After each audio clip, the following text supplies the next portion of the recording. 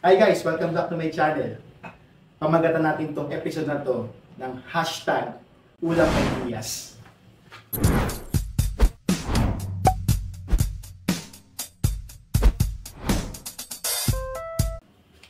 Sure ako na kaya ka nandito sa YouTube, naghahanap ka ng ulam ideas. Lahat tayo naman sa YouTube na or sa social media na naghahanap ng mga iba't ibang ideas. Either sa biyahe, sa restaurant, at sa pagkain. Actually, even ako, para makapag-content, sa social media rin ako naghahanap ng mga idea. Ito nga, ulam namin ngayon, ihapunan namin. So ngayon, without further ado, ito na yung mga kailangan natin. Para sa ating unang putahe, meron tayo ditong liempo na hinati ko sa tatlo. Tapos, tinimplahan ko ng asin at saka suka. Hinalo-halo ko and then minarinate ko for 1 hour. Ipiprito natin to. Tara! Sa pritong liempo, kailangan din natin ng bawang na hindi siya masyadong pisa. At saka kalahating sibuyas na hinati sa 2 kalahati. Una natin gagawin, ilalatag natin yung liempo dito sa ating kawali. Wala pang apoy. Yung procedure na to ay nakita ko lang, credits po kay Chef Tatong ng Simple. Ginamit niya doon lechon kawali cut. Pero dito sa atin, liempo lang yung gagamitin natin. Then ilalagay natin ngayon yung mga bawang. 5 pirasong bawang. 5 cloves, ating sibuyas, asin, pamintang buo. Kung meron kayong laurel, pwede nyo ring lagyan ng dahon ng laurel, pero ako wala akong dahon ng laurel ngayon dito, kaya ganyan lang. Ngayon naman, lagyan natin ng mantika.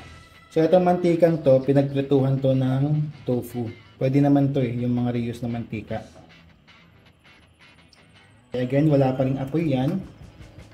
Kailangan nating masubmerge yung ating liempo sa mantika, kaya dadagdagan ko pa.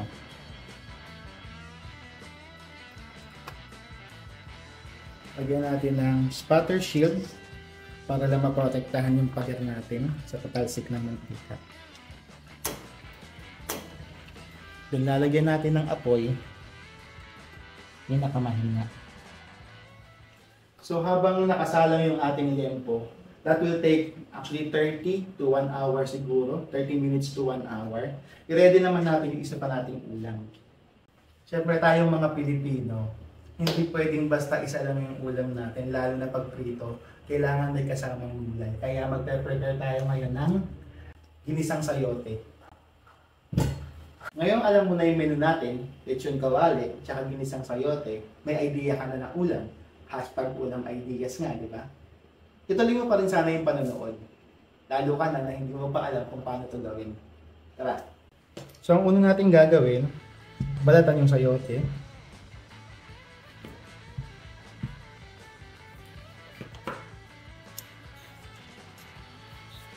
Meron akong kwento sa inyo, alamat ng sayote, na narinig ko lamang sa kaibigan. Merong 2 magkapatid na nakatira noon sa isang bundok. Si Juan at si Hilda.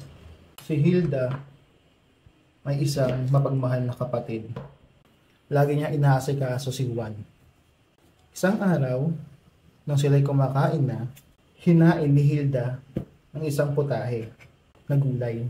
Sabi ni Hilda, "Juan, ito na ang ulam, kainin mo na." Ang sagot ni Juan, "Ang gulay para sa'yo, te." Yan ang alamat ng sayote.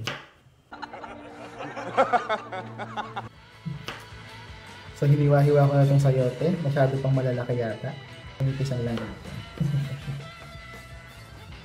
Then, sasamahan din natin siya ng kamatis, 2 piraso. Hiwain lang natin ito ng julienne. Masusukat mo na matalas yung kutsilyo mo kapag nahihiwa mo ang kamatis ng nakataob. Meron din tayong 2 bawang. Yung kalahati ng sibuyas kanina sa ating liempo.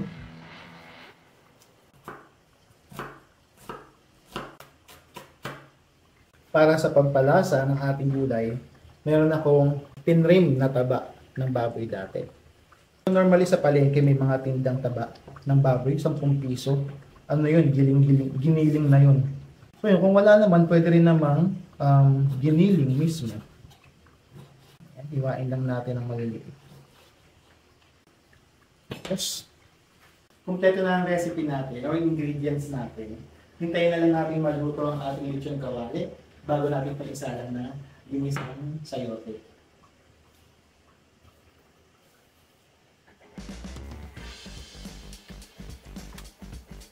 Ganito ang nangyayari habang nakasala ang ating lechon kawali na yelo po.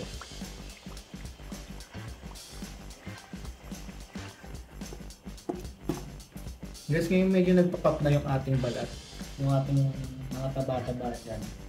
Medyo nilakasan ko na yung apoy. Sa pagkakataon ito kasi mga 20 minutes na. So luto na yung laman. So kailangan na lang natin gawing crispy yung balat.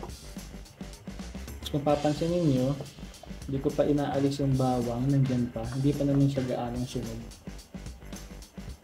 Actually, hindi yung maganda sa coconut oil. Coconut oil kasi yung gamit ko dito. Dahil mababa yung parang heating conductor ng coconut oil kumpara sa mga canola oil. Mas mabagal maluto yung mga nakasalang sa kanya. Mga piniprito. Ayan. Ayan. So, kaya meron tayong spatter shield rather. Dahil tendency, pag kanyang lechong kawali talaga, pumuputok-putok talaga. Yan. Ngayon, para ma-check natin kung luto na, hinaan muna natin yung apoy, or better, patayin muna natin. Grabe yung suntana ng blinds namin, no?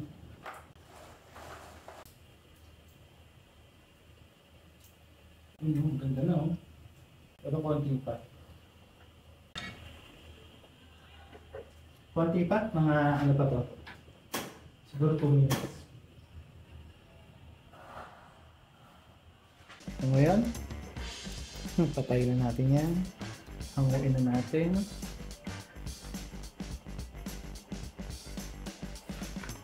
So, meron ako ditong plato na may tissue. Dito natin sila i-drain.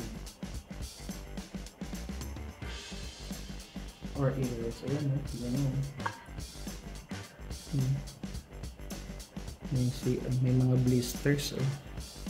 Ayan. So parang nagdikit-dikit talaga. Ayan, anyway, tignan natin mamaya. Okay. So ayan, mukhang perfect naman siya, guys. So, mamaya malalaman natin ito. Tara. So ngayon naman, guys, itong mantika na pinagpratuhan natin, huwag natin itatapon yan. Kasi yun ang advantage kapag baboy or manok yung pinrito natin. Pwede pa natin i-reuse yan sa mga pagpiprito, paggisa, sinangag, sarap niyan. So gagawin lang natin ito, salaan, strainer, tapos may tissue. Ako kaldero lang yung gamit ko. May nabibili sa mga Lazada, sa Shopee, yung pang strain ng mantika. So yun, tatabi lang natin dyan.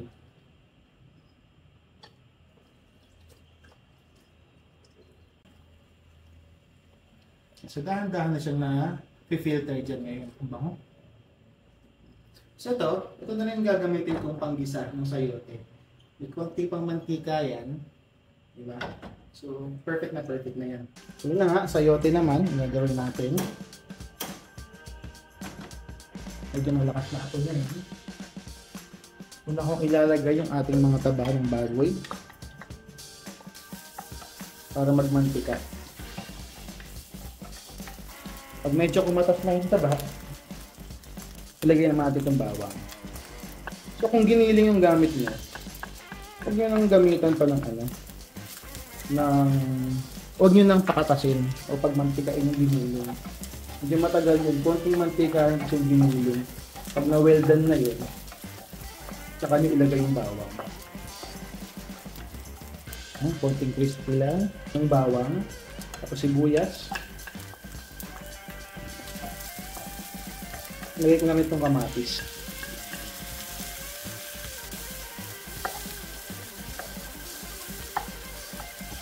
Ayan, lutuin lang natin yung kamatis hanggang mag-juice yung kamatis.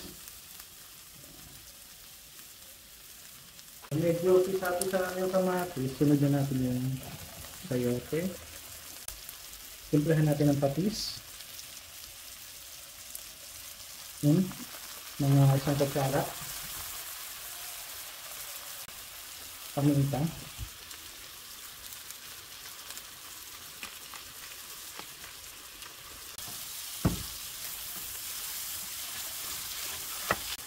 Tubig.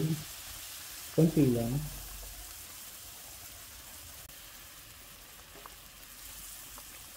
Tapos hinaan natin yung apoy. Then, takpan na natin yan. Simmer na natin. Alright, after 5 minutes, yan, malambot na yung sayote natin. This is done. Ililipat na lang natin sa lalagyan. At ihahain na. Kung umabot ka sa part ng video na to, mag-subscribe ka na para matulungan pa kita sa mga susunod mong ulam ideas.